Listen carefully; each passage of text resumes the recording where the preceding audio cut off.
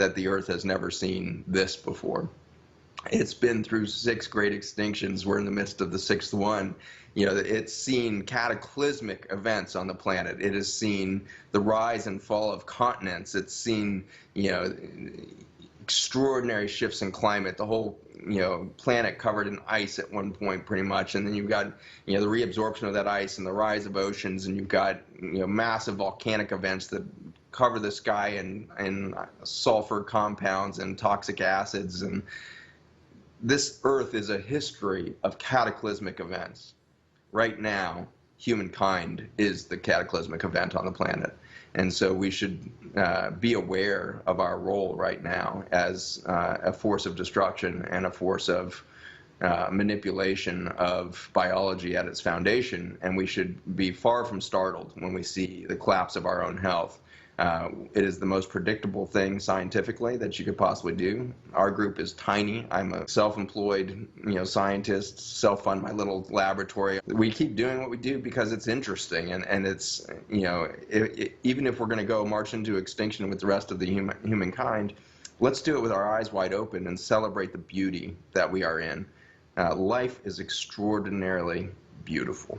And I would include the virus as perhaps an extraordinary showcase of the beauty. There is a genomic language on this planet that we have termed viruses, and then we termed them, I think mistakenly, as part of the microbiome, and then we made them our enemy.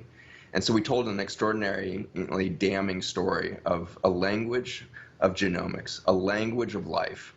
And the story we need to retell is that life is freaking beautiful, and it is adaptive, and it is regenerative, and it's always looking for the next solution.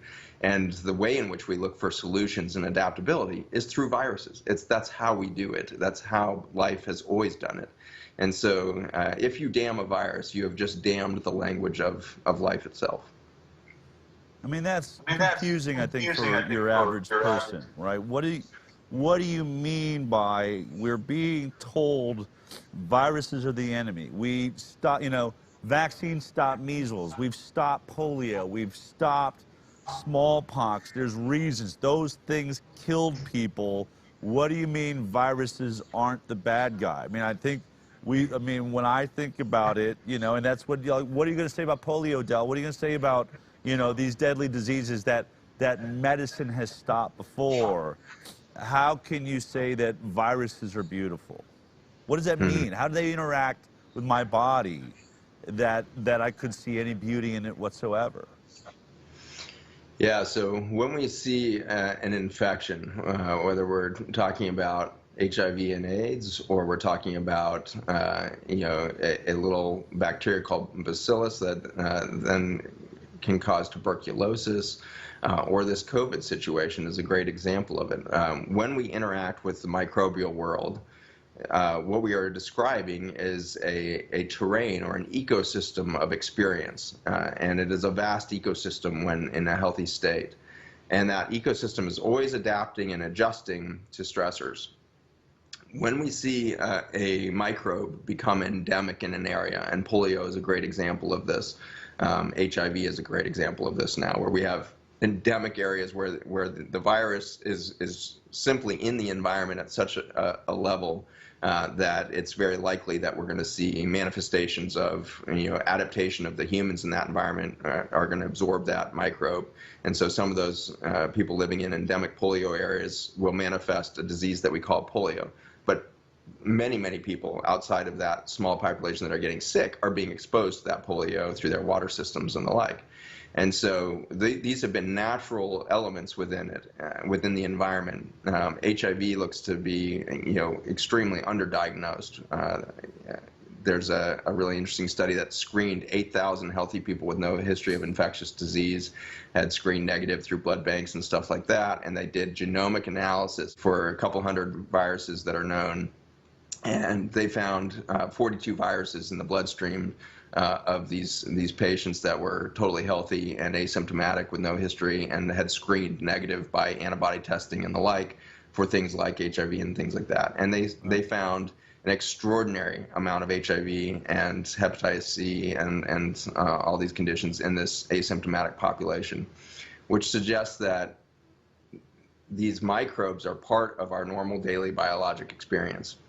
Occasionally, we will find a syndrome of immune deficiency, which is not a human experience. We can go into what is the human immune system in a minute, but what's happening is there's an imbalance that can suddenly happen where all of these microbes, and there's so many in the human body. You're at 30,000 species of bacteria, and who knows how many of the 5 million species of fungi, and who knows how many of the 300,000 species of parasites.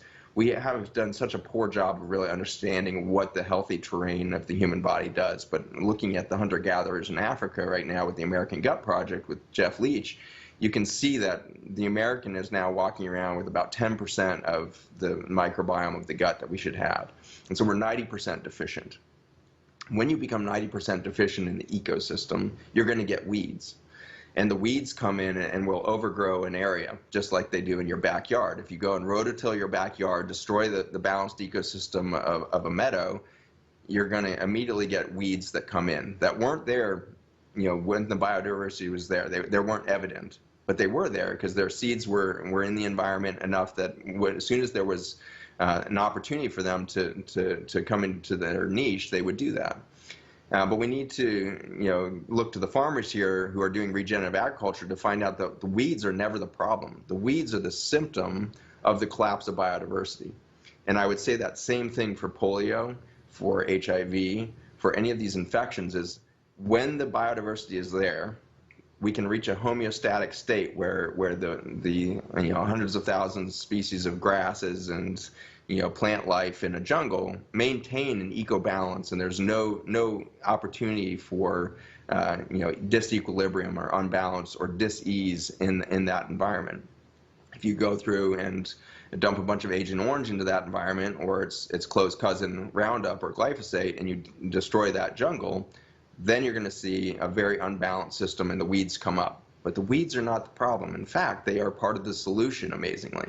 And so the weeds, we now find out in regenerative agriculture, is part of nature's way of regenerating the ecosystem. And so the weeds have these important early niches in reforming the networks of mycelium and intelligence within the soil that can then rebuild the microecosystems for the bacteria and fungi, and then ultimately the seedlings and the biodiversity come back up out of the seed bank that's deep in the soils and express itself again. And so when we stop disturbing soil and let it return to its native state, where we stop plowing, we stop spraying, and we let nature do its thing, we can see native grasslands that we thought extinct for 200 years come back in. No seeding necessary. It comes oozing back out of the matrix of the soil, is life itself and biodiversity itself. And it relies on the stepwise progression of weeds into biodiversity. When we have an unbalanced microbiome of a human, where we take them out of their native balanced state of hunter-gatherer system balanced with their ecosystem, an extension of their ecosystem, and we force them into a village where they have water that's contaminated with feces, they can't touch fresh water, we destroy all of the grasses and grassland diversity within their village. They're now walking on dead clay, and they have huts that are trodden down clay. They've lost any touch with that microbiome of the soil. That's the beginning of endemic disease. That's the beginning of where we see these imbalances. And tuberculosis is a phenomenal example of a condition that didn't spring forth until we created the Industrial Revolution. And suddenly in London and New York, we have endemic problems of tuberculosis happening in the cities because we were so divorced from that ecology of balance, that ecology of harmony there. And then you zip forward back to that regenerative farm, and you say, well, okay, so tuberculosis or COVID or any microbe you point out, Lyme being a great example right now, isn't Lyme just the weed. It's just the organism that found its niche in a damaged ecosystem and is on the way back towards. It's doing its role in getting us back to biodiversity. And yet, as physicians, we've been taught to kill it. As farmers, we've been taught to kill it. And so we rush in and kill all the weeds, and then we wonder why the weeds are worse next year and why our crops are doing worse next year, so that we have to put in more nitrogen fertilizers and chemical inputs and all of this. And the plants are weaker, so they're more prone to pests and stuff, so it's more herbicides, more pesticides, and we get into this vicious cycle. And then we wonder why our children have gone from 1.2% of chronic disease to by most recent Medicaid screens, 52% of children with a chronic disorder or disease. 1.2 to 52% since the 1960s. And so what in the last 50 years has it created this epidemic of biologic denuding or biologic loss in our children and in our farmland? And the answer is a war against the microbiome. And so when we see the emergence of something like COVID or something like HIV, we can be confident that the HIV wasn't the problem. It was our lack of intelligence at the soil level of our bodies or in our gardens or in our farm fields. And we have been destroying that microbial diversity that would lead to a balanced ecosystem. And so we call them pathogens. We call them these dangerous germs. But in fact, they've been here since the beginning of time in some shape or form. And this whole concept of militarizing things, all that, humans can't even touch the speed of biodiversity, the biodiversification of the viruses. They are so fast in replication, and they are so fast to shift their genomics. We can't keep up with that. There's no laboratory in the world that can do it as fast as nature does it. Nature is an adaptive, beautiful machine. Well, I mean, that would lead me to my next question, right? There's a real, I mean, it's really coming up now in the media. There's questions on, was this created in a lab in Wuhan or in a lab in North Carolina and moved to Wuhan? Is it an escape? Is it a bioweapon? Is this a man-made? I've heard scientists say that they are, they're replicating and evolving these viruses for, scientific research. There's questions on whether it should be being done. Gain of function is this thing we're hearing a lot about now, creating these gain of function viruses. I heard a scientist yesterday in a piece say they're using these gain of function and they're evolving these pathogens, at 8 million times the speed that nature would do it. And it seems like you just told me the exact opposite. What's your perspective? Is this man-made potentially? And is that why it's maybe more deadly or not? Where are you at with that conversation?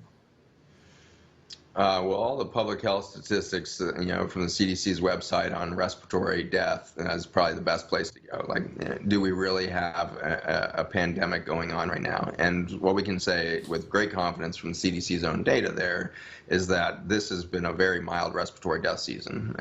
It's one of the more mild ones in the last 7 years. And so where we ran into severe problems by respiratory death was 2017, and that was from influenza. It was a bad influenza strain that went through the world. We had 7% mortality. The CDC announced a 7% mortality in January of 2017 and said this is going to be a catastrophic flu season. And it was. Like, you can see respiratory death just shoot up that year, well above baseline seasonal changes that we see. And that was across the board of pneumonia and other pathogens in addition to influenza, but influenza accounted for the huge spike.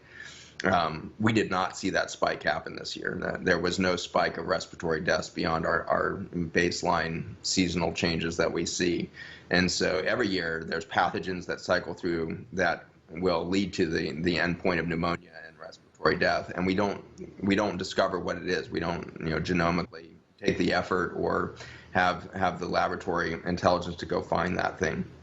And so I would say, first of all, there's not any evidence by respiratory death in the United States that we have, some massive new thing that has happened that's a bioterror weapon. If somebody created this virus, we don't need to fear them because they did a really bad job. The flu 3 years ago did a much worse, toll on humanity than this thing. So if this is a biologic weapon, they're not very good at it yet.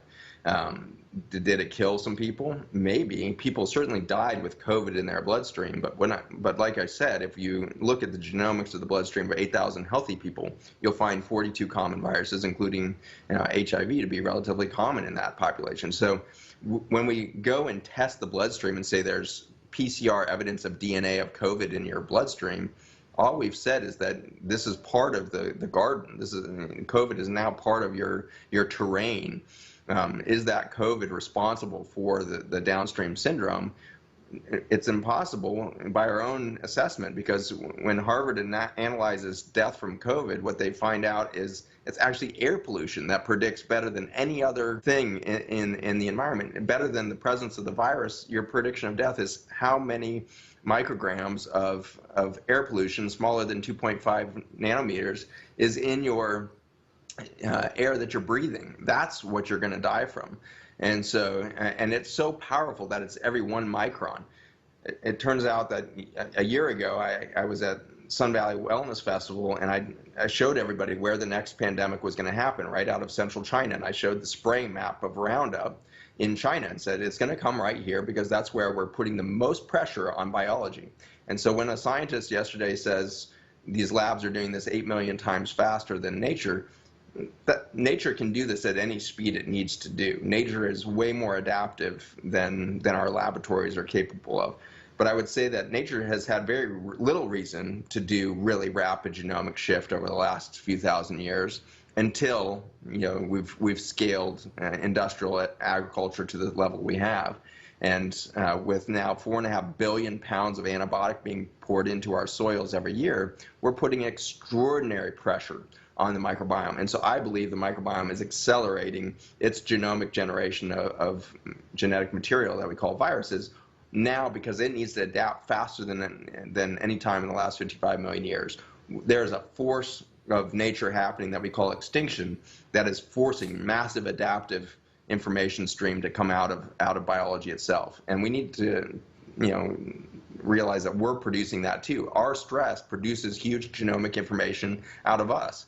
Do we call that viruses? No, we call that exosomes, and there's different ways we kind of categorize those things, but really it's just lexicon. Biology that's under stress expresses new genomic information, and we do that by the second. Every second I am expressing different microRNA, and my microRNA exudes out of my body. My microRNA is carried in these tiny little exosomes, and it's not a full protein coding gene. It's tiny little messengers to the whole genome around me, to the microbes around me, to the family members around me, to the pets, to the people I walk by, to the plants that grow around me. I'm expressing genomic information out there as to what my stress level is. And so every organism on the planet is generating this. Now imagine 7 billion humans expressing genomic information. Now imagine 1.4 quadrillion bacteria on your body expressing genomic information. At least 50%, or 30 to 50%, depending on which system you're in, of the viruses that are coming into the environment are being made by bacteria. We call them bacteriophage. And so bacteria are making this genetic information. The human cells are making this genetic information. If we're not making genetic information that's an exosome of a virus type thing, then we're making these microRNA signaling devices. We are literally exuding this. Now, how can a lab say they can do it 8 million times faster than that host of complexity? They simply, I would just argue that all day long. That's physically impossible for a lab to do this faster. Can they do it in one strand of DNA faster? Sure. But they have to bet that what they're doing there is going to then interact with the environment in some intelligent fashion. Let's think about a pile of pig stool. This is my favorite kind of mental exercise. One of our highest uses of antibiotics right now is in pigs in the protein production meat industry. And the stool of pigs is now considered a hazardous waste. You can't, it's illegal to transport it across state lines. So in North Carolina, where we have the largest swine facilities in the country, with Smithfield and the like down there, they have literal lakes of pig stool. They build levees to contain these hundreds of millions of gallons of pig stool that they can't transport. They can't put it in the ground either because it's a hazardous waste. So all they're allowed to do is contain it in these massive swamp pools of pig stool. In that pig stool, you've got somewhere around 10 to the 15 viruses per spoonful, and so 10 to the 15 is there's a lot of zeros after the one there. So you have this massive viral transcription factory of hundreds of millions of gallons of stool full of bacteria, bacteriophage, and all of this virus-generating machinery. In a lake full of stool like that, you've got a factory, a viral factory, a genomic shifting factory of quadrillions and quadrillions and quadrillions of cells that are generating new viruses, checking, misspelling them, creating genomic shift. Then a new protein gets adapted, and now you have a new virus. or a new viral genetic makeup, and then you shift that again through misspelling. And so the speed at which the pig stool is doing this is ultimately at this staggering figure and this staggering rate of capacity. And so I would very much, love to sit with any government official or laboratory expert and really challenge them to bet on, is your laboratory really better than a pile of pig shit? And I just think we're going to find over and over again that it's better. You can't compete with nature in its adaptability. We think we're doing all this genetic modification, and so we think we're really clever because we genetically modified one gene into corn or soybean or this or that. Are you kidding me? 50% of the human genome is virus. We were made by viruses. 10% of our genome, at least, is from retroviruses like HIV. We were built by the machinery of the virome. And so don't tell me you figured out one gene and now you're at the co-creative capacity of Mother Nature. We're scratching the surface of what genomic modification really looks like. And nature does it at a speed and without a capitalistic determination behind it. And so when you add a money-making schema to genetic modification, now you've changed nature again.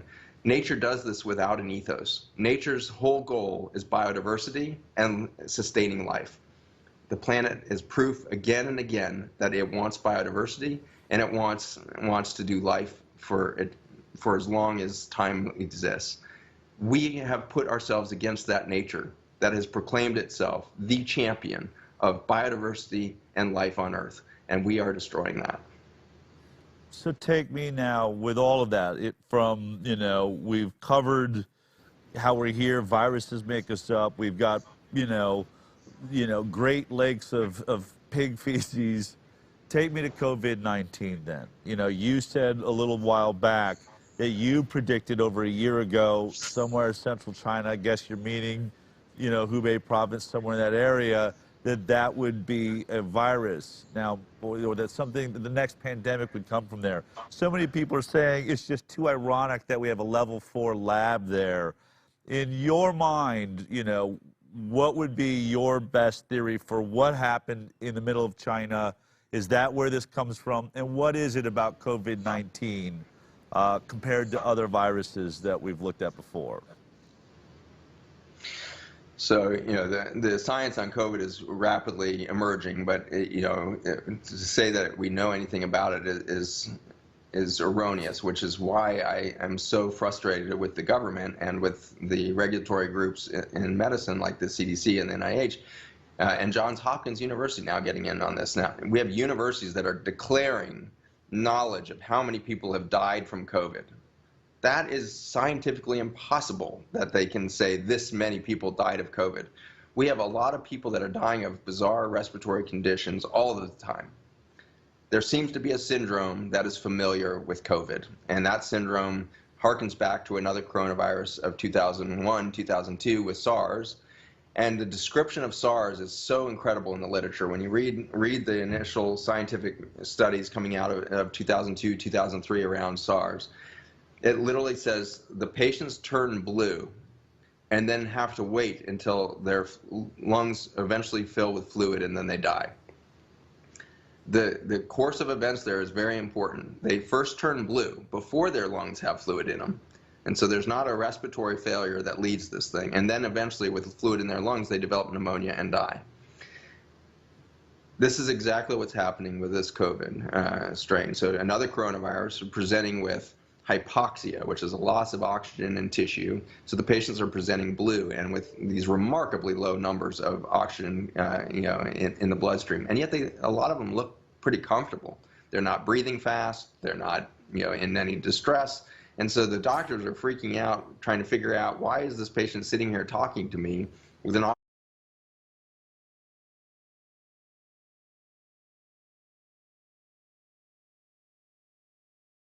oxygen level this low, blue in the face, and going into multi-organ failure. Liver is the number one thing. When they screened, there was a nice article that showed what is the initial laboratories of 5,000 patients presenting with COVID like symptoms in New York. Of those 5,000 patients, the vast majority didn't even have fever. the average temperature was 37 degrees Celsius, which is normal body temperature. And so they don't have fever, they don't have any signs of respiratory distress, and yet they have bump in liver enzymes. That's the only laboratory finding that seems to be consistent. Their white blood cells aren't elevated as if they have a virus. They don't have shift in triglycerides, suggesting some inflammatory event. And so there's nothing in that article I'm pouring through and like, show me the evidence that this person is having a viral infection. Show me the evidence that there's some signs in the immune system or otherwise that there's a virus at foot. Instead, they're dying of hypoxia. They have loss of oxygen at the tissue level, and their tissue is being starved of oxygen.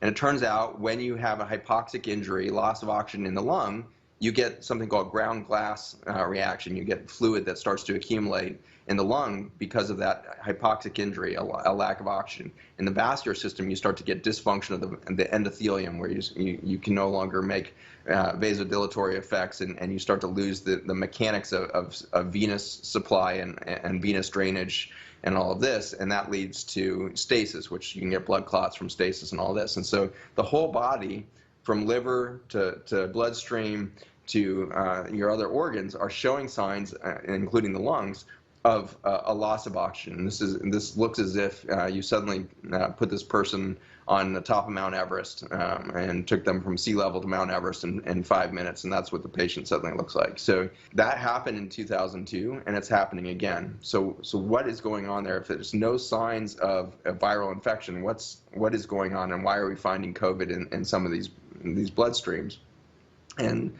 And so what seems to be happening, whether we're looking at SARS, MERS, or this, is a constellation of events that are happening in the bloodstream to induce a high altitude-like injury or hypoxic injury to the whole system. And then eventually, if we don't fix that problem, they're going to fill their lungs with fluid because we didn't reverse the hypoxic thing. And if you put them on a respiratory machine, you actually just made the situation worse, because forced oxygen is very noxious. High pressure oxygen is very noxious to the tissue of the lungs. If you push oxygen in and the bloodstream still can't bind it, you haven't fixed the hypoxemic event. And so you're pushing an oxidative injury, which is inflammatory, onto a tissue that can't absorb the oxygen at the tissue level. And so we know we're seeing extraordinary rates of death. 88% of people on a respirator in New York are dying. Nowhere else in the world did we see levels that high of mortality. And so we are part of the problem when we keep thinking that we have a respiratory failure event. SARS to now, that's 18 years of science, has shown us that this is a hypoxic injury, not a viral infection type thing. So if it was a virus that was overwhelming your system, you would see your immune system respond appropriately. Fever can happen downstream in COVID, but it's not at the beginning of this infectious process. It's actually in week 2 that you tend to see the fevers spike up and all that. Again, 5,000 people presenting in New York, their body temperature as a population is stone cold normal at presentation. It's not until days later, when their fluids have filled with lungs in a hospital environment and now they have secondary bacterial infection, that they get the fevers. And so there's downstream signs of overwhelm to the system, hypoxic injury, and an accumulation of infectious-like symptoms, but that's not the presentation. And so as soon as we come to terms with this as a medical community, I think we're going to save lives really rapidly. We need to treat this like a hypoxic injury. And we have a lot of interesting data out of there. And I'm making a film right now on what I think is going on. So and what I think is probably very incomplete, because my clinic's not allowed to be open right now, which is so ironic. If you think you have a hospital overload capacity, then don't close all the clinics. Like, don't say that all the clinics out there that aren't associated with a hospital are suddenly non-essential. If you don't want an overloaded hospital system, keep the clinics open, but that's an aside. And so I haven't been able to treat those patients with this, but I offer it to any physician to start to explore this. Is we need to treat this as a hypoxic injury similar to cyanide poisoning.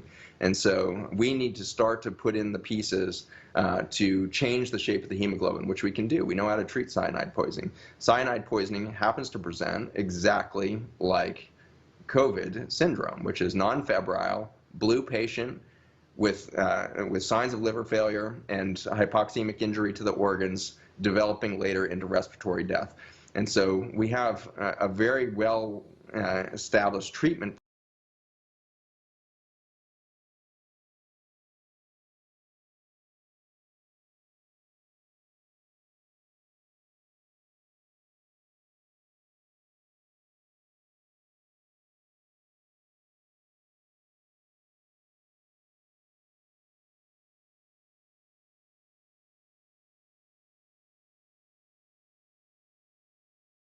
poisoning, and it's 3 quick injections of a cyanide kit, and you're using things like sodium nitrate in there to change the shape of hemoglobin so that it can bind through methemoglobin the oxygen again. And so we have, an FDA-approved mechanism of treating cyanide. We should turn that kind of mindset to that. Now, am I right? Is that going to fix the problem? It may be more complicated than that, but until we start treating the hemoglobin as an initial injury, we're never going to solve the downstream infections that are happening, because people aren't dying of COVID again. They're dying of secondary pneumonias that are bacterial in nature downstream, and some of them are dying of a hypoxic organ failure, but they're not dying of a virus per se. You don't see any of the signs in those 5,000 patients. All right, but the virus is causing that problem, right? In some ways, isn't it semantics to say that, well, the virus isn't causing a fever like the way a virus would, but it is, in fact, causing this hemoglobin problem, this inability to carry oxygen correctly, something that was pointed out by the MD in New York, Kyle Seidel, who came forward and said, this seems like my patients are at 30,000 feet. So on one hand, you would say, oh, it's not a virus, people shouldn't be afraid, but there are people that this virus is causing this hypoxic issue, is it not? It's participating in it for sure. I think it's we haven't proven that yet, but I think there's a distinct possibility that the virus is participating in the unmasking of this hemoglobin shift. And when I say unmasking, it can't be causing it directly, else everybody who got exposed to the virus would be having a hypoxic injury. But very few people who get exposed to the virus and mount an antibody response and all of the typical things you would expect actually presented with blue organ failure. Very few percent.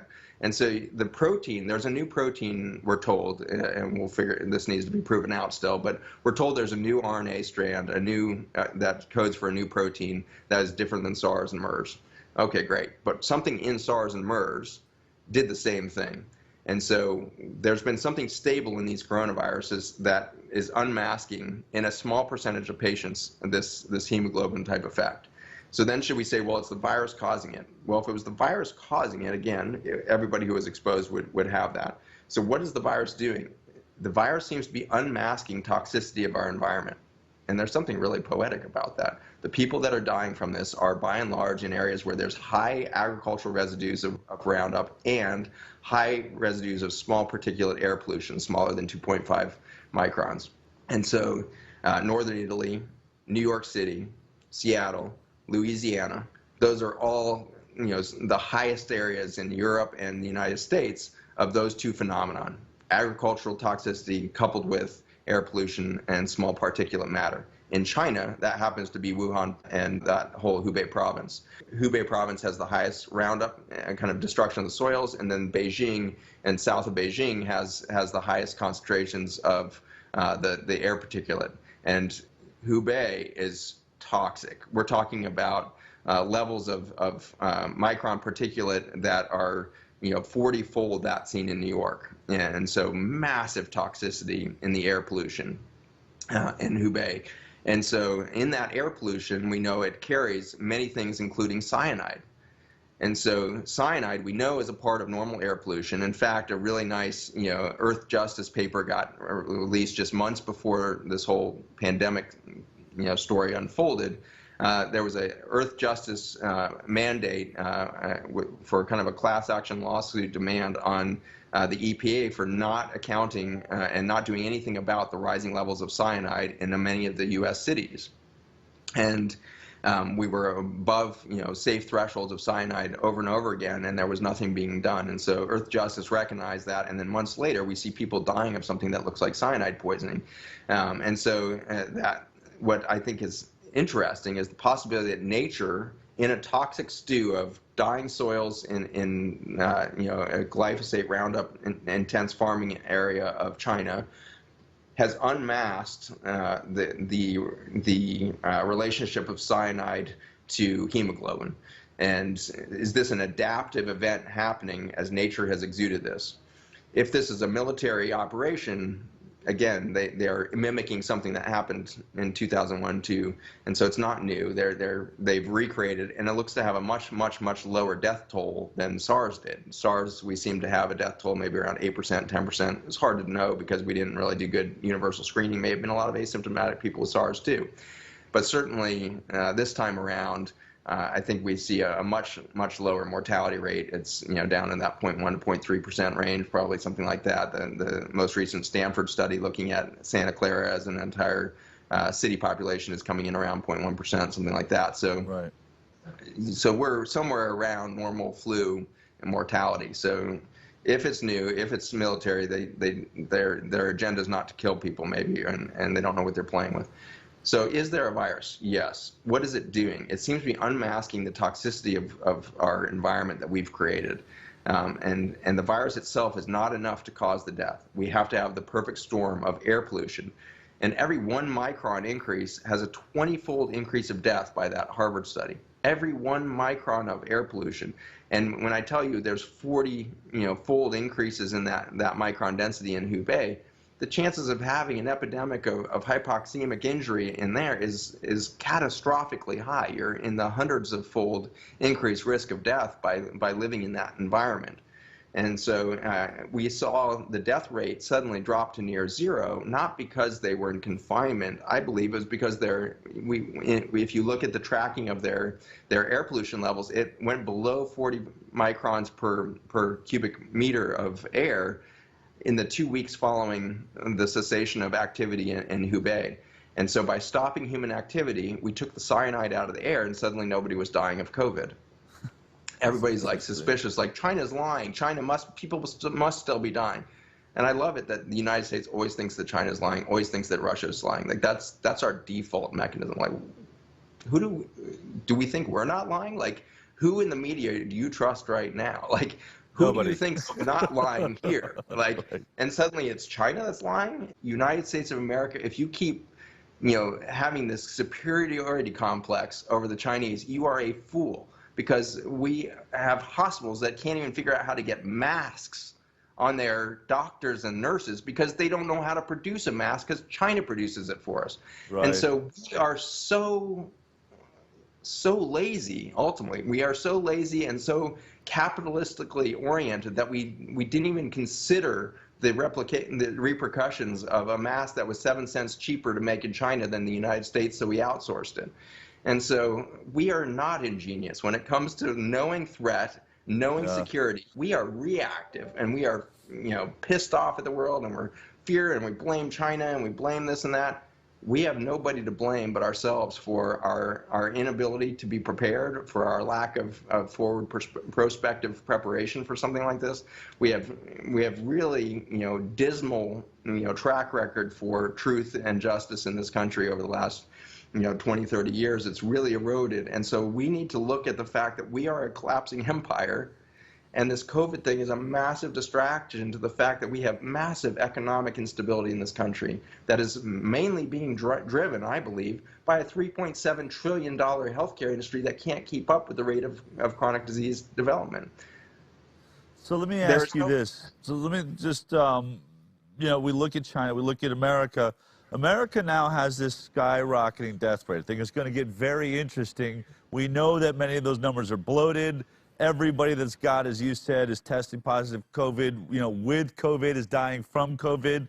I think you're going to see them retracting back those numbers as it starts making Anthony Fauci look bad. It's going to make Andrew Cuomo look bad. It's going to make Deborah Birx look bad. And I think you're going to see them realizing they've made a tragic mistake by trying to bolster what appears to be a fear to get America to respond correctly. They're now going to say, wait a minute, we look like we've handled this worse than everyone else in the world.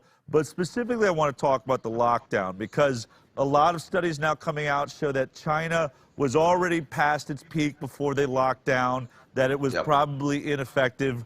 I think if you're going to point to a country that locked down pretty early, it would be America. I think we stopped travel earlier than most. We moved in this lockdown, and yet the former head has come out and said, we haven't seen the kind of declines that we were expecting to see at this point.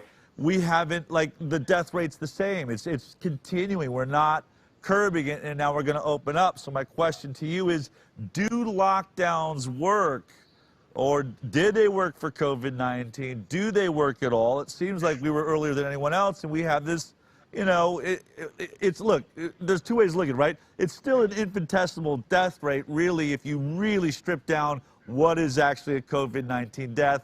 Italy said that 12% of the people they claimed were COVID-19, really only 12% died from COVID, as far as they could tell. The other, 80-something percent, 88%, died of other complications from the illnesses they had previously. I think our numbers would be about the same. But does a lockdown, you study viruses, you study bacteria, the biome, can we stop the biome in its natural proliferation by locking ourselves down, I guess, is ultimately the question. Not only can we not stop it, we wouldn't want to, is my position. And that, the adaptation speed of the planet is determined by airflow on this planet. And so genomic information didn't wait for humans to show up. Viruses have been transiting our globe since long before humans showed up. In fact, without that virus, parade of genetic information mixing with the milieu of life and, informing the milieu of life over billions of years, we would not have even shown up. And so we know that viruses can travel rapidly around the planet without human travel, without It's not airplanes? Because we're being told it's airplanes, right? Airplanes are what are delivering the viruses. That's now called aerobiology, which is the whole science of how airplanes, move viruses around quicker. If it's quicker, you're talking about a number of days, down to probably 3 to 5 days, because all you have to do is wait for the air to traffic across the Pacific Ocean. So at most, you're looking at a couple weeks where the air is traveling. So there's two ways that viruses have been measured to move. One is through respiratory spit, and this is the one that gets all of the attention from the mask people. And so the people that want you to put a mask on, the people that want you to go self-sequester, are studying the droplets, and the droplets in your respiratory state that carry virus go about three feet. And so if that was how viruses traveled, then airplanes would be super important in the movement of viruses around the planet. But of course, we had viral transmission around the globe before we developed air travel. And there's again the possibility that we can change the concentration of the virus in different environments, but we're not going to eliminate the virus by eliminating air travel. And so the evidence of this continues to come out. The virome is just beginning to be studied, I think, effectively. But a really cool study looking at in Spain recently demonstrated that you could find the same viral particles in ice caps nearly at the same time that you would find the virus in desert systems and all of that around Europe. So looking across Europe, all of the different vast different ecosystems, most of them uninhabited by humans, and they were showing viruses showing up almost simultaneously seeming in these different environments. And so what they are studying now is the other half of viral transmission, which is aerosols. And so droplet or liquid-based transfer goes 3 feet. Aerosols, where you're not attached to a liquid droplet, but you're actually airborne and you're surrounded by a pocket of air rather than a pocket of liquid, those can travel great distances, and they survive much longer, interestingly, than if in liquid. And nobody's really worked out why or what the protective mechanisms are, but dust particles will select around that. Interestingly, we can screw up the normal distribution of a virus by air pollution. And so some really cool studies looking at flu are showing that in areas of high air pollution, we can have an abnormal density of virus transmission through aerosolized particles because they bind to the air pollution itself. And so again, I would argue that we will completely cease any future coronavirus pandemic if as soon as we see a strain come out, we instantly stop traffic. And everybody has to go to bicycles, skateboards, roller skates, and the rest and carry on their life normally. If we do that, then aerosolized virus will spread over the earth over the course of a few weeks and months, and will spread itself out in a very even distribution. And we won't have these pockets of high-density viruses in the pockets of high-density humans, and so we won't see the same penetration into that biology.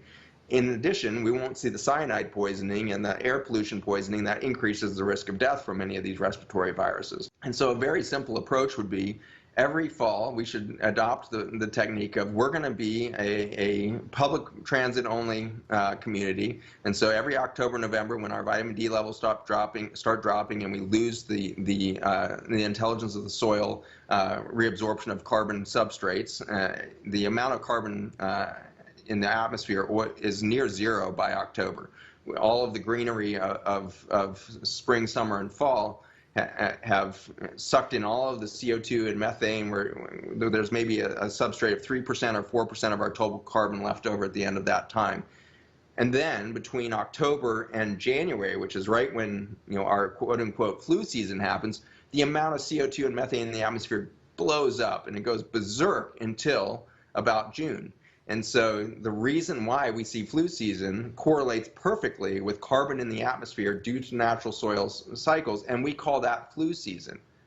I don't think there's any proof at all that flu is causing this perfect seasonal change, because the virus doesn't care what season is. The virus can be made by any human cell, any time of year, all of the time.